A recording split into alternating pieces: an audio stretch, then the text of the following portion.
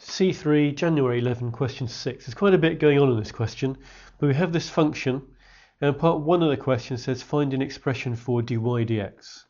Well, I suggest you treat this as a quotient, something divided by something, and then use the quotient rule, which is v du dx minus u dv dx all over v squared. And you just apply that rule to this. We have v times by du dx, which is 3, minus u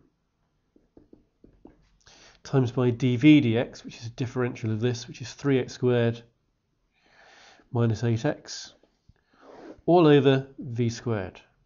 So we write the bottom bit out and square it. So that's an expression we get for dy dx. Now, it's got a stationary point at point P. So for a stationary point, we need dy dx equal to 0. Now, if dy dx equals 0, this equals to 0, the top line of that has to equal to 0.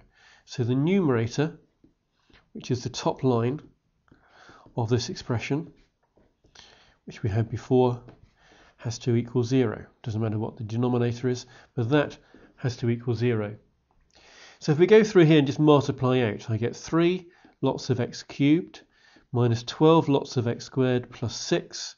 And over here, I'm going to get 9 lots of x cubed with a negative sign in front of it. I'm going to get 12x squared with a negative sign. I'm going to get 24x squared with a plus sign. And I'm going to get 32x with a plus sign. That's equal to 0. Now if I combine the bits, 3x cubed minus 9x cubed is minus 6x cubed. If I combine the squared bits, minus 12 minus another 12 is minus 24, plus 24 is nothing, so I have no x squareds.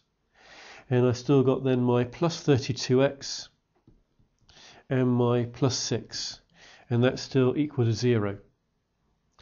Now, what I've got to do is show that the x-coordinate of P satisfies an equation they've got on the sheet, which involves a cube root. So what I'm going to try and do now is rearrange this so I can get x equals the cube root of something. So the first thing I'm going to do is to move these bits on the other side of my equation. Actually, it might have been easier to move the x cubed bit over here. Just change all the signs, it will make it much easier to deal with. Now if I divide both sides by 6,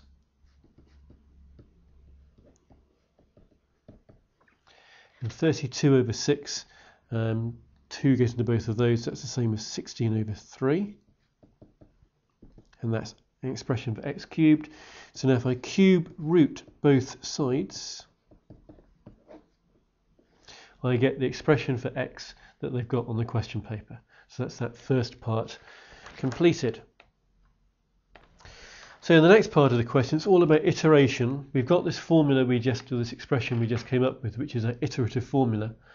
And the question said that point P is close to the coordinate 2.4 minus 1.6. So we're going to start our iteration with that value of 2.4 and put that into this expression. And that will give us our next value of x1. So we're going to do 16 over 3 times by 2.4, add on 1, and then cube root that. This is just a calculator job, and if you do that on a calculator, you get 2.3986. We're asked to do it to 3 decimal places. Well, these numbers here don't agree to 3 decimal places. So you do it again. You now replace the x with this value, do a calculation, and if you do that next time, it comes out to be 2.3981. Well, let's check the question. 3 decimal places. This one here was 2.399. This one to 3 decimal places is 2.398. So they're not agreeing yet. So we do need to do another iteration, at least one. And if you do it again to get the next one comes out to be 2.3980, which to 3 decimal places is 2.398. So that's agreeing. So that will be the x value we are after from our iteration. But part B says find the coordinates of P giving each coordinate to 3 decimal places. So that's the x value, but what we need now is the y value to go with it.